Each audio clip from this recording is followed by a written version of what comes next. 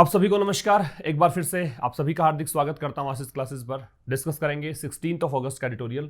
और उससे पहले बता दूं आपको कि अगर आप पेड कोर्सेज एक्सेस करना चाहें तो आप ये एप्लीकेशन डाउनलोड करके रखें, आशीष क्लासेस। जल्द ही एक दो पेड कोर्सेज और भी यहाँ पे लॉन्च होने वाले हैं। यहाँ जो भी पेड कोर्स अब मैं लॉन्च कर रहा हूँ वो सारे के सारे डिजिटल बोर्ड पर लॉन्च कर रहा हूँ। तो दो कोर्सेज ऑलरेडी डिजिटल बोर्ड पर है, एक ग्रामर का बैच है, एक हिंदी टू इंग्लिश ट्रांसलेशन वाला बैच है। ई बुक्स भी यहाँ पर अवेलेबल है। और अभी बता दूं एक बात और कि एडिटोरियल वाला जो बैच है B96, जो एडिटोरियल का बैच है B96, जो अब वेंसडे से स्टार्ट होने वाला है, वो भी यहीं पर अब लॉन्च कर दिया गया है। आपको पुरानी एप्लीकेशन की जरूरत नहीं पड़ेगी। जो पहले से बच्चे वहां जुड़े हुए थे उनकी बात मैं नहीं कर रहा हूं। नया जो बैच ही होगा B96, जो अब वेंसडे से स्टार्ट होगा, तो वो बैच आपको यहीं पर मिलेगा। ठीक है, तो ये एप्लीकेशन डाउनलोड करके रखें आप। इसका लिंक आपको डिस्क्रिप्शन में दिया हुआ है। ठीक है, बाकी इस एप्लीकेशन पे आप पुराने जो कोर्सेज हैं, चाहे ई बुक्स हो या फिर क्लोज टेस्ट और पैराजंबल वाला बैच हो, ये सब आपको मिलेगा। प्रीवियस ईयर पेपर्स हैं, ये सब यहाँ पे मिलेंगे आपको। तो आज का एडिटोरियल स्टार्ट करेंगे। उससे पहले देखते हैं कि आज के एडिटोरियल में कौन कौन से वर्ड्स हैं। सबसे पहले ये वर्ड, इसको पढ़ने का तरीका आपको आना चाहिए। प्रोनाउंसिएशन जो एक्यूरेट होगा इसका वो होगा आर्काइव। क्या होगा? आर्काइव। आर्काइव जो है ये वर्ब के रूप में यूज किया गया एडिटोरियल में, नाउन भी होता है वैसे, और इसका मतलब है रिकॉर्ड या रजिस्टर या स्टोर। रिकॉर्ड, रजिस्टर या स्टोर इनका मतलब होता है। ठीक है, इसके बाद में प्राविस में रिकॉर्ड करना, संग्रह करना, ये सब भी पास्ट की कोई यादें हैं, पास्ट की कोई चीजें हैं, उनको एक जगह पे रखना, उसको बोलते हैं आर्काइव। प्राविस है वो नाउन है, इसका मतलब स्किल होता है, कुशलता।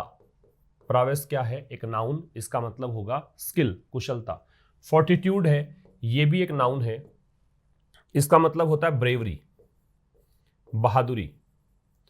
फोर्टिट्यूड एक नाउन है, इसका मतलब है ब्रेवरी, बहादुरी। इसके लिए आप करेज भी यूज कर सकते हो, या फिर इसके लिए आप यूज कर सकते हो क्या, मतलब धैर्य, साहस या सहनशीलता, एंड्योरेंस, ये सब इसके मीनिंग होंगे।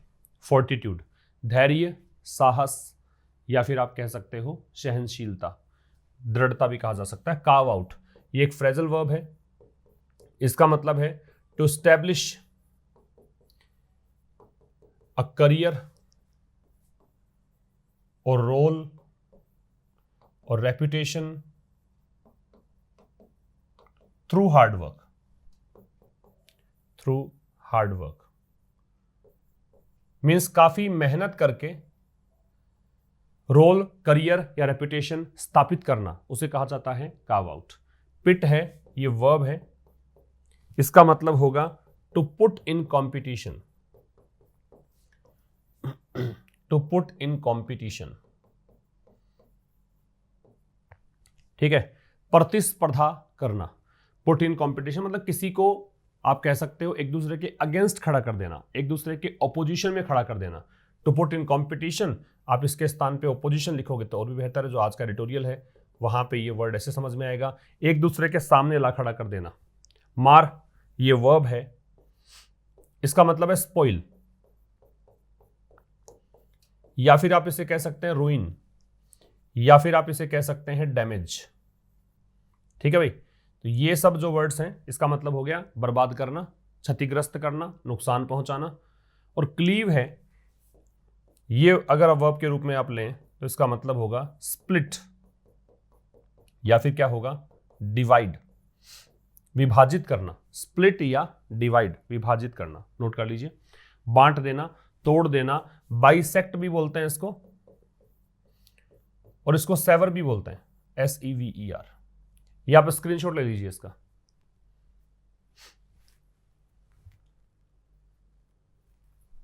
ठीक है, आइए अब स्टार्ट करते हैं। आज का एडिटोरियल है मेमोरीज, यादें। किसको लेकर लिखा गया है? ये जो 14 अगस्त, कल 15 अगस्त था, और 14 अगस्त को जो पार्टीशन हुआ था, विभाजन हुआ था, भारत से पाकिस्तान अलग एक कंट्री बन गया था पाकिस्तान, उसके लिए प्रधानमंत्री नरेंद्र मोदी जी ने एक अनाउंसमेंट किया, कहा कि भी इस डे को हम मनाएंगे किस रूप में? पार्टीशन हॉरर्स रिमेम्बरेंस डे, कि विभाजन के समय जो भयावह यादें थी उनको याद करने का दिन के रूप में मनाएंगे। ये कहना चाह रहा है 74 ईयर्स के बाद में। ठीक है, अब लेखक ने कहा कि भाई आप इस तरीके से ठीक है बढ़िया ही कर रहे हो, क्योंकि इससे आने वाली पीढ़ी को बढ़िया एक मैसेज कन्वे होगा कि आपको किस तरीके से डील करना चाहिए, और कॉलोनियल पीरियड की किस प्रकार की क्रूरताएं थी वो समझ में आएगी उनको। ठीक है, पास्ट की जो चीज़ें हैं वो समझ में आई, कितनी क्रूर यातनाएं दी गई, बहुत सारी महिलाएं थी उनको किडनैप किया गया, रेप किया गया, बच्चे थे विस्थापित कर दिए गए थे, वो सब हमें पता लगेगा। लेकिन साथ ही ये भी कहा कि भाई अगर हम यहाँ पे इतने साल समय के बाद पास्ट की किसी इवेंट को याद करने के लिए कोई डे घोषित करते हैं तो आप पास्ट में जा रहे हैं, जबकि चलना चाहिए हमें फ्यूचर के लिए, आगे कदम बढ़ाने चाहिए। तो इस प्रकार की बातें आज के एडिटोरियल में मिलेगी। जो भी नए स्टूडेंट्स हैं उनके लिए बता देता हूँ कि जो अंडरलाइन पार्ट होता है वो सब सब्जेक्ट हैं, जो आपको ये रेड कलर नजर आ रहा है। इसके जो भी डिफिकल्ट वर्ड्स होंगे या तो आपको नीचे बॉक्स में मिल जाएंगे या मैं लिख के दे दूंगा। पहले भी हमने कुछ वर्ड्स डिस्कस कर लिए हैं, ज़्यादा वर्ड्स तो नहीं है, लगभग 10-12 के वो करीब वर्ड्स नए आपको मिल सकते हैं। ठीक है, आप नए हैं तो 20-30 वर्ड्स मिल सकते हैं, और काफ़ी समय से देख 10-12 वर्ड्स मिल जाएंगे आपको। ठीक है, तो हम लोग इस एडिटोरियल के through grammar, vocabulary, comprehension, translation, current affairs, ये सब चीज़ें एक साथ कवर कर लेते हैं। बस ये जो 30 मिनट की क्लास, 35 मिनट की क्लास, 40 मिनट की क्लास होती है, उसके अंदर आप बहुत कुछ चीज़ें सीख लाते हैं। इसलिए रेगुलर रहें। मंडे टू फ्राइडे हर शाम 5 बजे ये एडिटोरियल आएगा, प्रीमियर लगता है इसका, और जरूर से इसे शेयर कर दें और एक लाइक जरूर करके जाएं। आइए स्टार्ट करते हैं आज का एडिटोरियल। मेमोरीज, यादें। तो मेमोरीज क्या है? नाउन है।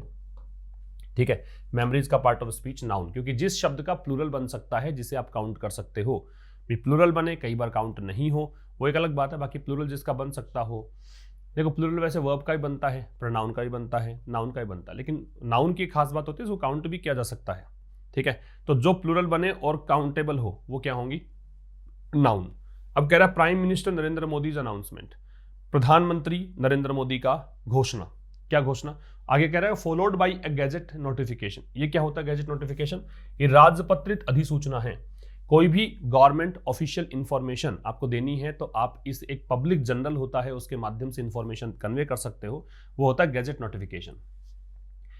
फॉलोड बाय का मतलब है कि इस अनाउंसमेंट के बाद में एक ये गैजेट नोटिफिकेशन हो रहा है, सरकार की तरफ से एक अधिसूचना जारी की गई। और ये अनाउंसमेंट क्या था? अनाउंसमेंट था टू मार्क अगस्त 14 कि 14 अगस्त को मार्क किया जाए मार्क किया जाए मतलब इसको इस रूप में मनाया जाए। किस रूप में?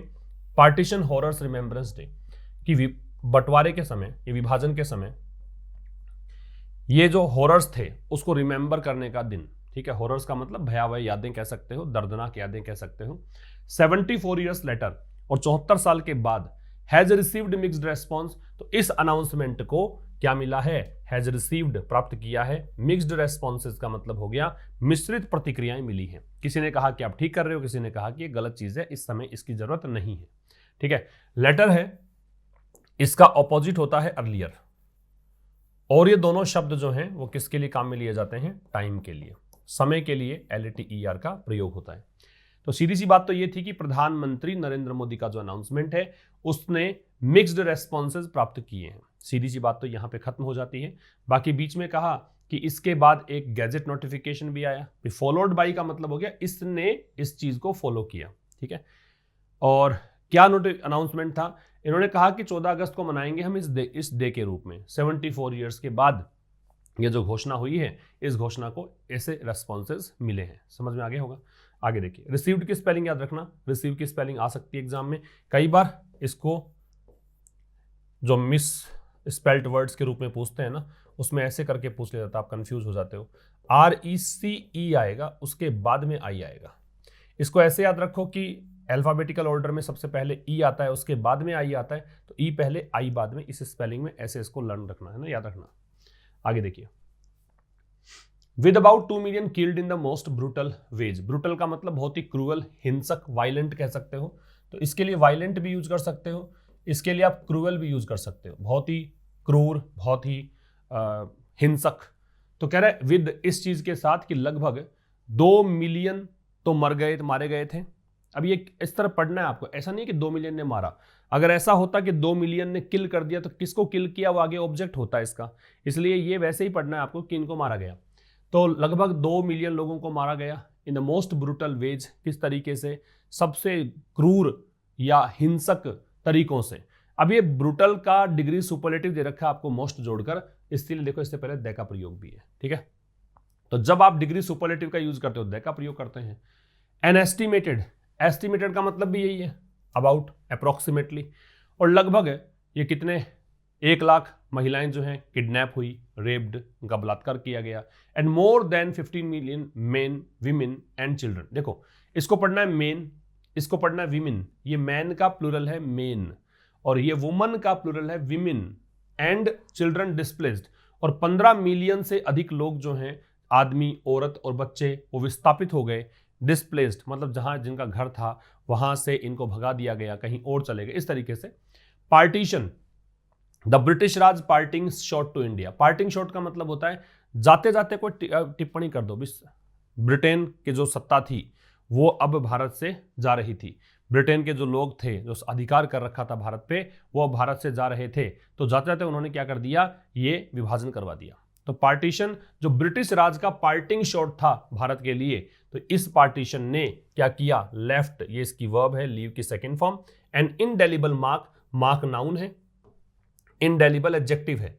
इनडेलिबल का मतलब होता है परमानेंट, मतलब एक प्रकार से लास्टिंग, या इसको देखो इन इरेडिकेबल या इनएफेसेबल मतलब अमिट, जिसको मिटाया ना जा सके।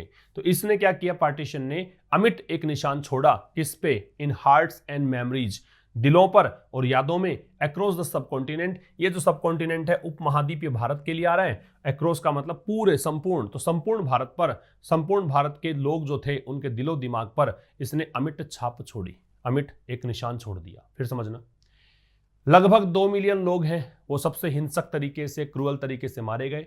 लगभग 1 लाख के करीब महिलाएं हैं, वो किडनैप हुई और रेप हुआ उनका। और 15 मिलियन से अधिक लोग जो हैं, आदमी, औरतें और बच्चे विस्थापित हो गए। तो इनके साथ ये घटनाएं घटी।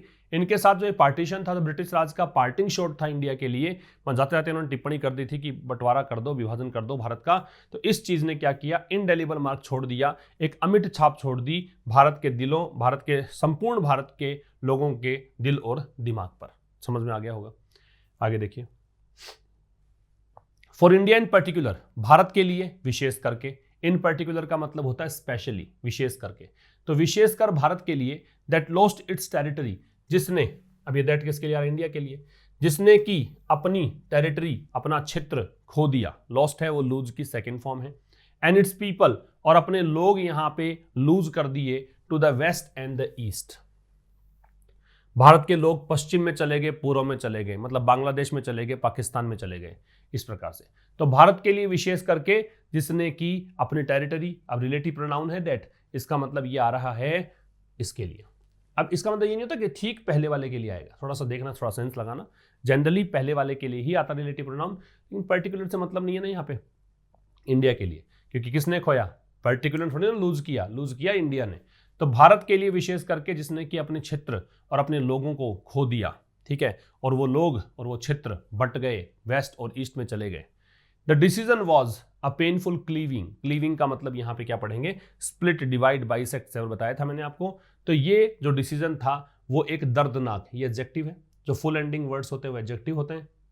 वो कपफुल, स्पूनफुल, हैंडफुल, ये जो नाउन में आप पढ़ते हो वो अपवाद हैं, अदरवाइज जो फुल एंडिंग वर्ड्स होते हैं वो एडजेक्टिव्स होते हैं, ध्यान रखिएगा। तो ये डिसीजन जो था वो एक पेनफुल क्लीविंग था। अब यहां जो क्लीविंग है ये नाउन के रूप में है, क्योंकि ये एडजेक्टिव दे रखा है। तो इसको डिवाइड को डिवीजन पढ़ लीजिएगा फिर, तो इस क्लीवेज का मतलब हो जाएगा, क्लीविंग का मतलब हो जाएगा डिवीजन, ठीक है, या फिर आप कह दोगे इसको स्प्लिट।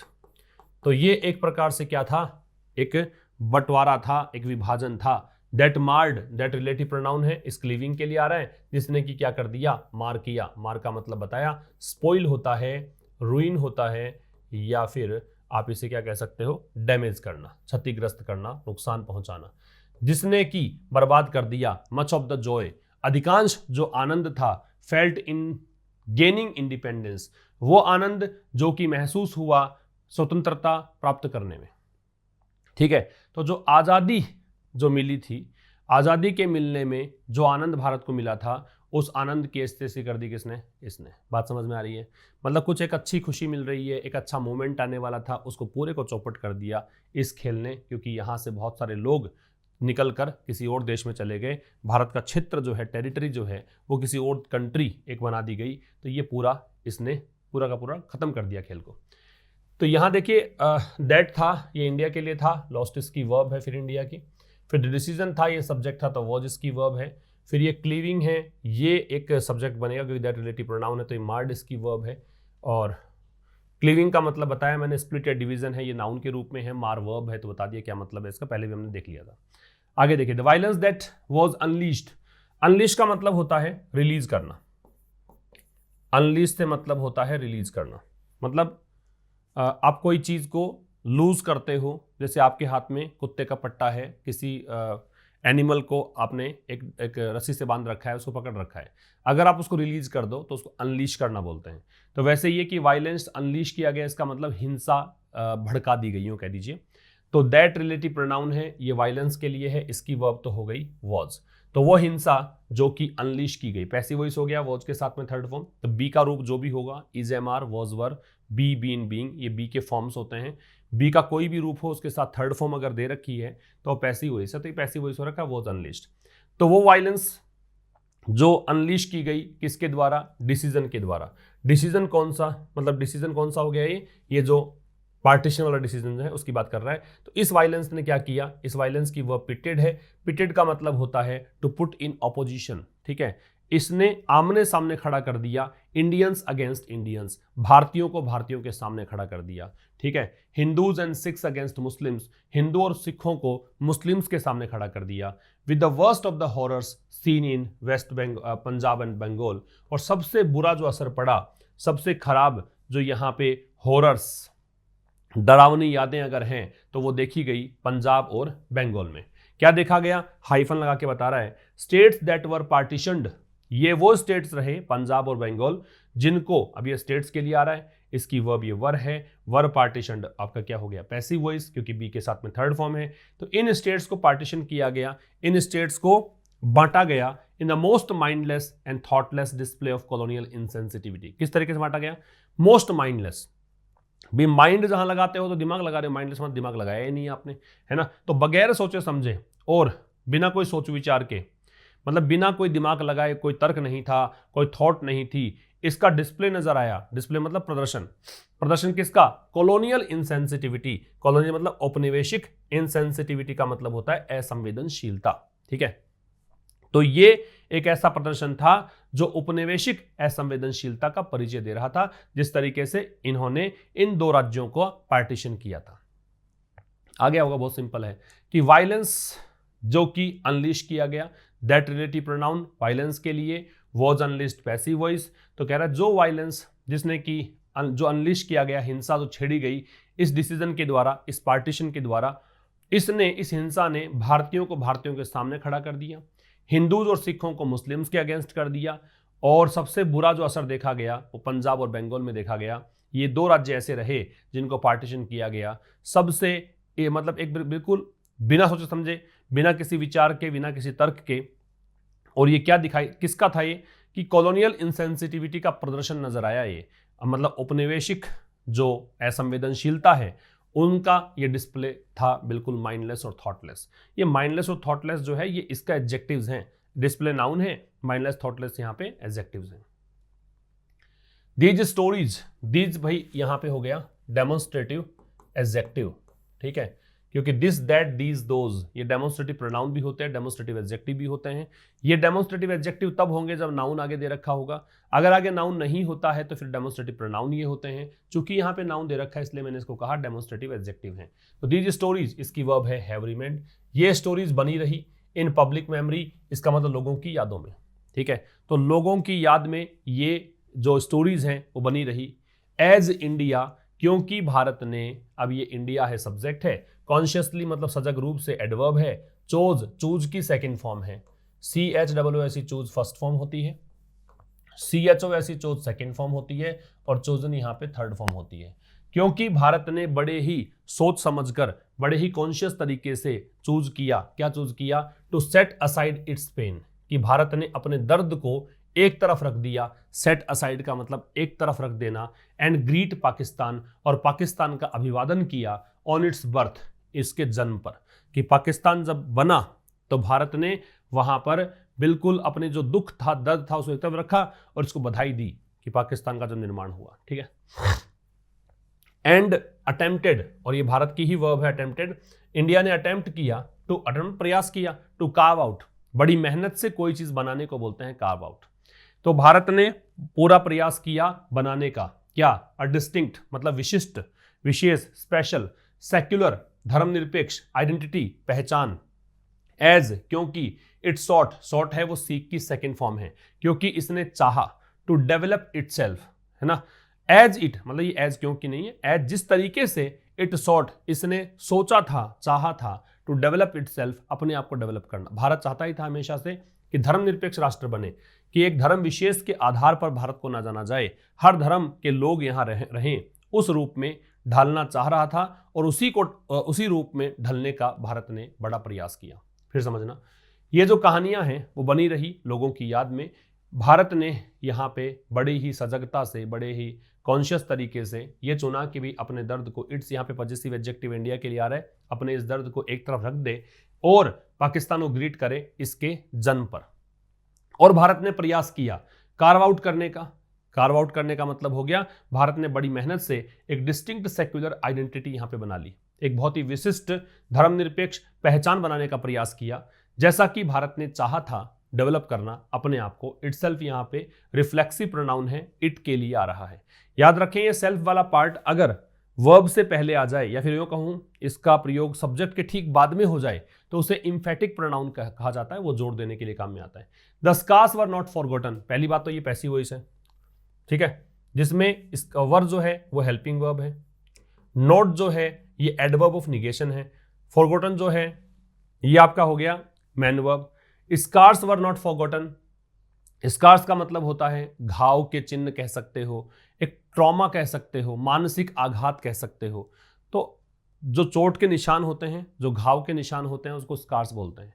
तो ये जो दुख दर्द भारत को मिला था, इनको भुलाया नहीं गया था, बट बोर्न विद, ये बोर्न जो है वो बेयर की थर्ड फॉर्म है, ये सहन करना जो होता है उसकी थर्ड फॉर्म है, बल्कि इन स्कार्स को सहन किया गया विद फोर्टिट्यूड, ये क्या होता है, धैर्य, साहस, सहनशीलता, दृढ़ता, इसके साथ सहन किया गया।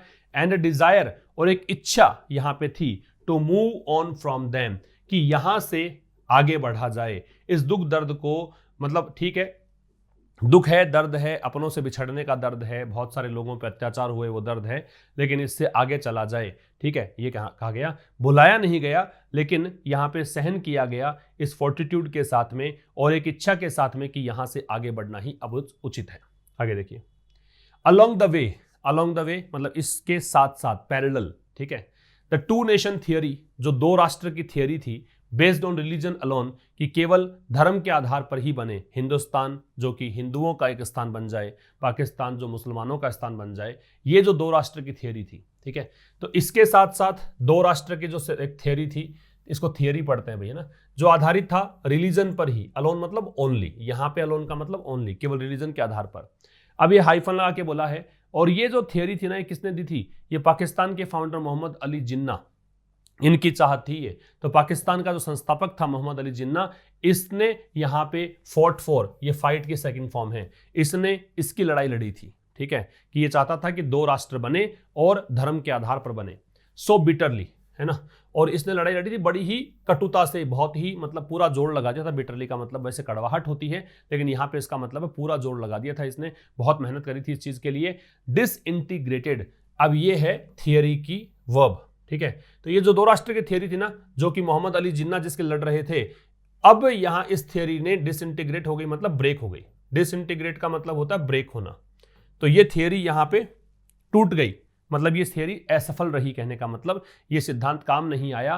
With the creation of Bangladesh, क्योंकि एक बांग्लादेश राष्ट्र और बन गया इन 1971, 1971 में। तो 1971 में एक देश और बन गया, बांग्लादेश, ठीक है। तो दो राष्ट्र की थियरी तो नहीं, तीन राष्ट्र बन गए। Other developments have also helped, बाकी के जो डेवलपमेंट्स हुए, घटनाक्रम हुए, इन्होंने भी सहायता की। हील द वुंड्स, अब देखो हेल्प के बाद में सीधा V0 लगा रखा है। हील का मतलब उपचार करना होता है, घाव भरना होता है। अब हेल्प के बाद में आप चाहें तो 2+V0 लगा दें, और चाहें तो केवल V0 लगा दें, both are right.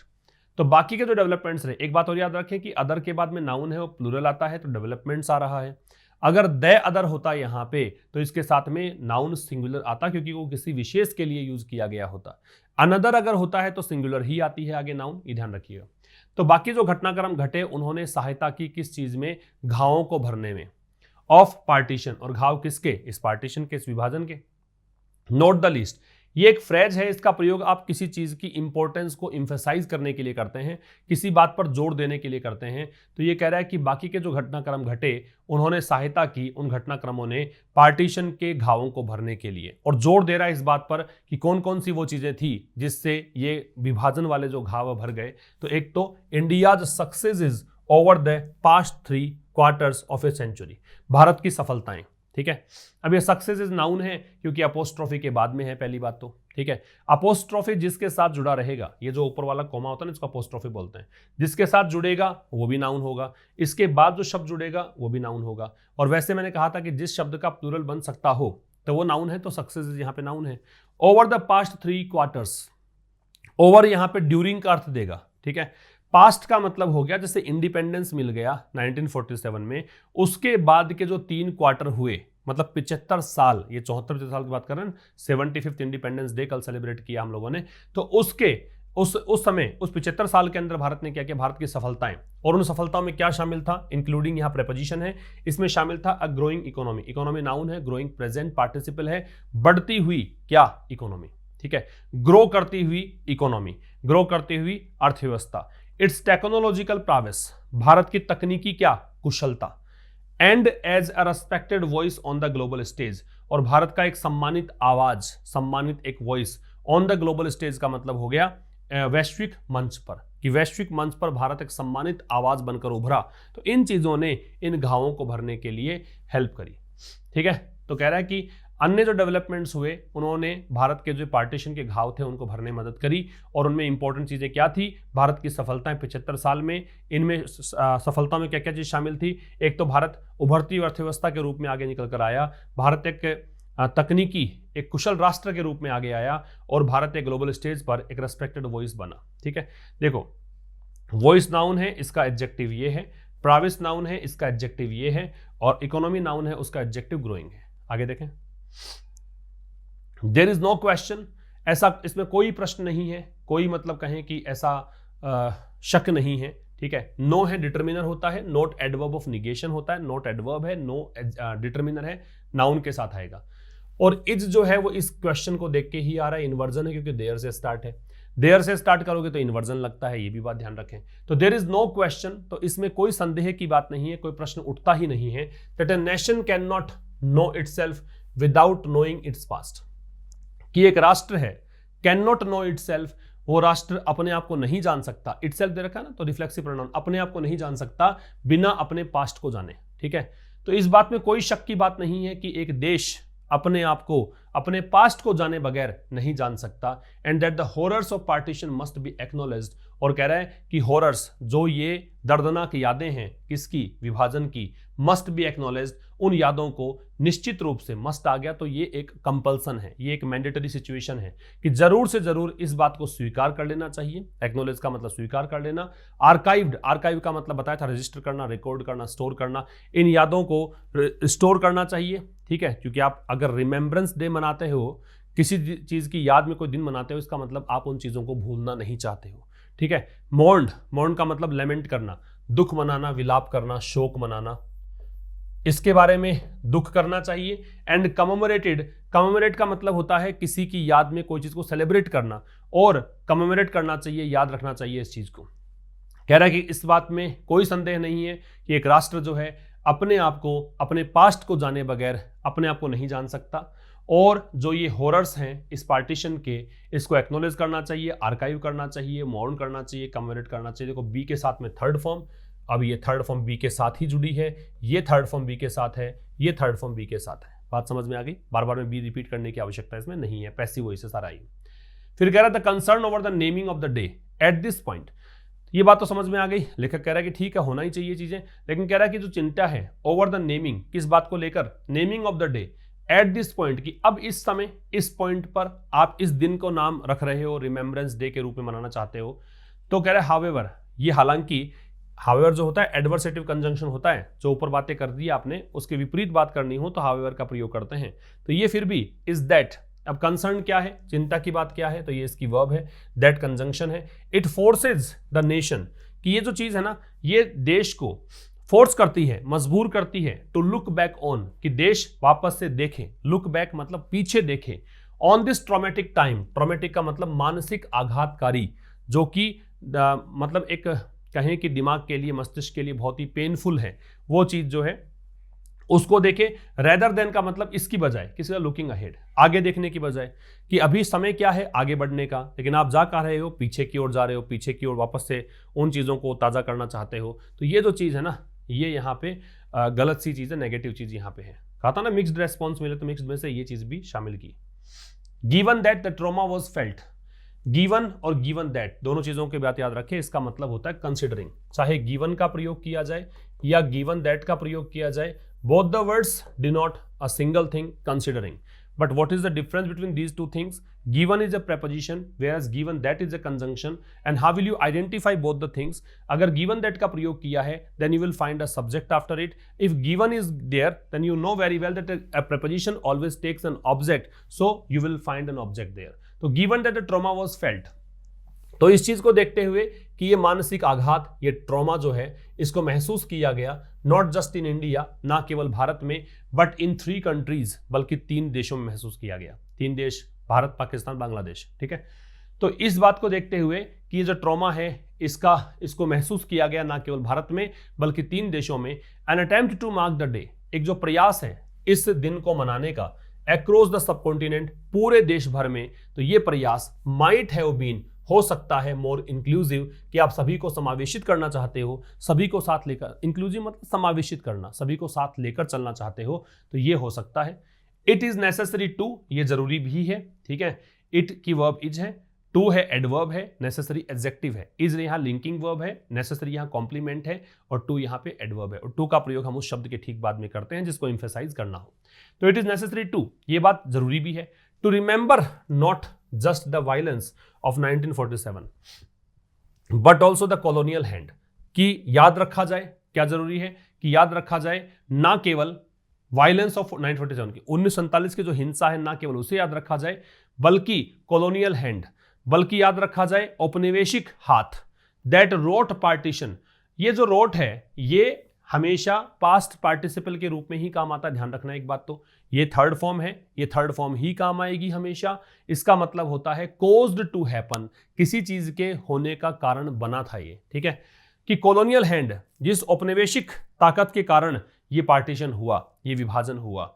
Hold the British empire, जरूरी है कि हम ब्रिटिश एम्पायर को, ब्रिटेन के साम्राज्य को इसके लिए दोषी ठहराएं। होल्ड टू अकाउंट का मतलब किसी को किसी चीज के लिए आरोपी ठहराना, दोषी ठहराना, जिम्मेदार ठहराना। And educate successive generation, successive का मतलब एक के बाद एक, और अब बाद में आने वाली जो पीढ़ियां हैं उनको शिक्षित किया जाए, किस चीज को लेकर, पेरिल्स, पेरिल्स का मतलब होता है डेंजर्स, खतरों को लेकर, कि उनको बताया जाए क्या खतरे हैं इंपेरियलिज्म के, ठीक है, इंपेरियलिज्म साम्राज्यवाद, ठीक है, साम्राज्यवाद के खतरे क्या होते हैं वो समझाया जाए। आर्बिट्रेरी का मतलब होता है स्वैच्छिक, स्वच्छंद, अपनी मनमानी से, मैप मेकिंग है ना, अपनी मनमानी से मैप मेकिंग मतलब नक्शा बना दिया आपने, उसके क्या खतरे हैं। And sowing religious divides, religious धार्मिक, डिवाइड विभाजन, सोइंग का मतलब बोना, बीज बोते हैं, तो धार्मिक विभाजन जो आप करते हो उसकी क्या खतरे हैं। इन ऑर्डर टू रूल, और ये धार्मिक विभाजन होता क्यों है, सत्ता हासिल करने के लिए, रूल करने के लिए। बात समझ में आ गया होगा। देखो ये जरूरी भी है कि हम रिमेंबर रखें, याद रखें 1947 की वायलेंस को, ना केवल वायलेंस को ही बल्कि कॉलोनियल हैंड को भी, जिसके कारण ये विभाजन हुआ है ना। जरूरी है कि हम ब्रिटिश एम्पायर को जिम्मेदार ठहराएं, और क्या करें, आने वाली पीढ़ी को यहाँ पे एजुकेट करें, किन किन बातों को लेकर, इंपेरियलिज्म के खतरों को बताएं, बताएं खतरे की, अगर आप मनमाने ढंग से किसी चीज का नक्शा बना देते हो, मैप मेकिंग करते हो, बता दिया कि ये कंट्री यहां से अपने मन में आए, वैसे ही आपने एक कंट्री बना दिया अलग से उसके खतरे क्या हैं। और अगर आप रूल करने के लिए धार्मिक डिवाइड करते हो, धर्म के अंदर बांटते हो देश को, तो उसके खतरे क्या हैं वो समझाया जाए। The prime ministers reasoning, prime minister का तर्क, रीजनिंग मतलब तर्क, that the nation must be reminded of, remind के साथ ऑफ लगता भी, रिमाइंड का मतलब याद दिलाना, टू मेक रिमेंबर, कि प्रधानमंत्री की जो रीजनिंग है कि देश को याद दिलाया ही जाना चाहिए किस बारे में, the need to remove the poison. क्या याद दिलाया जाना चाहिए कि आवश्यकता है कि इस जहर को, जहर कौन सा, सामाजिक जो भेदभाव है, सामाजिक जो डिवीजन है, बंटवारा है, समाज हमारा बटा हो, जाति पाति के अंदर बटा हुआ है, उसके जहर को हटाने की जरूरत है। डिसहार्मनी, हार्मनी होती है सामंजस्य, सभी मिलकर चलें, डिसहार्मनी ये हो गया असामंजस्य, जब सभी अलग अलग हो जाएं, ठीक है। And further strengthen the spirit of oneness, further आगे स्ट्रेंथन मजबूती दे, ईएन एंडिंग वर्ड्स वर्ब हो सकते हैं, वीकन है, स्ट्रेंथन है ना, और मजबूती दी जाए एकता की स्पिरिट को, वननेस यूनिटी, एकता, स्पिरिट का मतलब भाव, भावना, सोशल हार्मनी, सामाजिक सामंजस्य की भावना को आगे बढ़ाया जाए, एंड ह्यूमन एम्पावरमेंट, और मानव के सशक्तिकरण को आगे बढ़ाया जाए, इसकी आवश्यकता है। इसको याद दिलाया जाना चाहिए देश को। ये इनकी रीजनिंग जो है, ये रीजनिंग इज वेलकम, स्वागत के योग्य है। इज यहां लिंकिंग वर्ब है, वेलकम यहां पे एडजेक्टिव है, ठीक है, कॉम्प्लीमेंट है। But this is an effort, लेकिन ये एक ऐसा प्रयास है to be practised every day, कि इस प्रयास को जो आप सोच रहे हो वो हर दिन सोचा जाए, उसके लिए हर दिन काम हो, नॉट जस्ट वन डे, केवल एक दिन ही नहीं हो साल में कि 15 अगस्त आ गई तो आपने ये बोलना शुरू किया, 26 जनवरी आ जाए तो ऐसा बोलना शुरू किया। ये साल के हर दिन ऐसा होना चाहिए, एक दिन के लिए नहीं होना चाहिए। फिर समझना, प्राइम मिनिस्टर की जो रीजनिंग है, ये द प्राइम मिनिस्टर के लिए नहीं आ रहा भाई, द रीजनिंग के लिए आ रहा है, ठीक है। जो इनकी सोच है, इनका तर्क है कि देश है उसको याद दिलाया जाना चाहिए कि जरूरत है किस चीज की, कि हम जो सामाजिक डिवीजन है, सोशल डिविजन्स हैं, उसके जहर को रिमूव करें, डिसहार्मनी को रिमूव करें, और आगे स्ट्रेंथन करें वननेस की स्पिरिट को, सोशल हार्मनी की स्पिरिट को, और ह्यूमन एम्पावरमेंट को। ये रीजनिंग स्वागत योग्य है, लेकिन ये एक ऐसा एफर्ट है टू बी प्रैक्टिस्ड, ये पैसिव वॉइस है कि जिसको काम में लिया जाना चाहिए। ये एक ऐसा भाव है जिसको मतलब हमेशा व्यवहार में लाया जाना चाहिए, हर दिन, ना केवल एक दिन के लिए साल में, ठीक है। तो ये था आज का एडिटोरियल। अब हमारी मुलाकात होगी कल ठीक शाम 5 बजे, तब तक के लिए नमस्कार, थैंक यू वेरी मच।